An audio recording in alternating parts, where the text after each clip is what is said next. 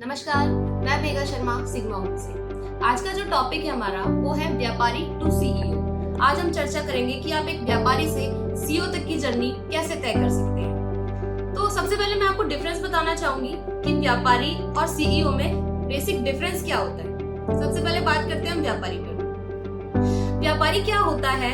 कोई भी व्यक्ति जो बिजनेसमैन है अपना धंधा स्टार्ट करता है। बेसिक जो उसके काम होते हैं, मार्केटिंग हो चाहे सेल्स हो, चाहे मैनेजमेंट हो, चाहे अकाउंट्स हो, वो सारा काम खुद करता है।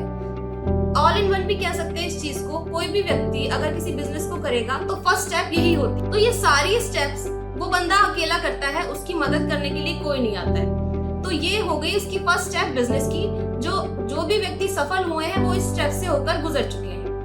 अब आगे क्या होता है, वो सारी चीजें सीखता है, खुद करता है, सुबह से लेकर शाम तक वही करता रहता है।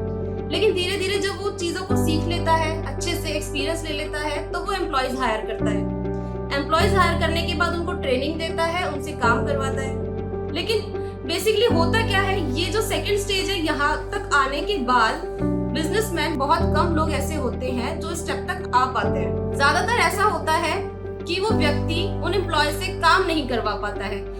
एम्प्लॉयज होने के बावजूद भी खुद ही उन कामों को करने में लगा रहता है। अब पहले उसके पास क्या था, मार्केटिंग का काम था, सेल्स का काम था, अकाउंट का था, लेन देन का काम था। लेकिन अब उसके पास एक और काम ऐड हो जाता है, वो एम्प्लॉयज को मैनेज करने में लग जाता है। एट द एंड उसके पास क्या रहता है, ना तो टाइम रहता है, ना पैसा रहता है, और वो उसके पास इतना स्ट्रेस हो जाता है कि वो कुछ भी नहीं कर पाता है। ये जो स्टेज होती है, इसको व्यापारी इसलिए बोलते हैं क्योंकि ये अपने ही बिजनेस में उलझ के रह जाता है। एट द एंड उसके पास इतना टाइम भी नहीं होता है कि वो अपने बिजनेस की ग्रोथ के बारे में सोच पाए या बिजनेस को ग्रोथ की तरफ लेके जा पाए। अब ये हो गई व्यापारी की बात। अब हम बात करते हैं सीईओ की। अब आप लोग ये सोच रहे होंगे कि हमें भी सीईओ बनना है, हमें भी सीईओ जैसी लाइफ जीनी है। लेकिन आपको ये भी तो पता होना चाहिए कि सीईओ होता क्या है, उसकी लाइफ होती क्या है, कैसे वो काम करता है। तो बेसिकली सीईओ वो एक सक्सेसफुल पर्सन होता है जिसके पास बहुत सारे एम्प्लॉयज होते हैं। एम्प्लॉयज होते हैं, काम करते हैं, लेकिन उसको काम करवाना भी आता है।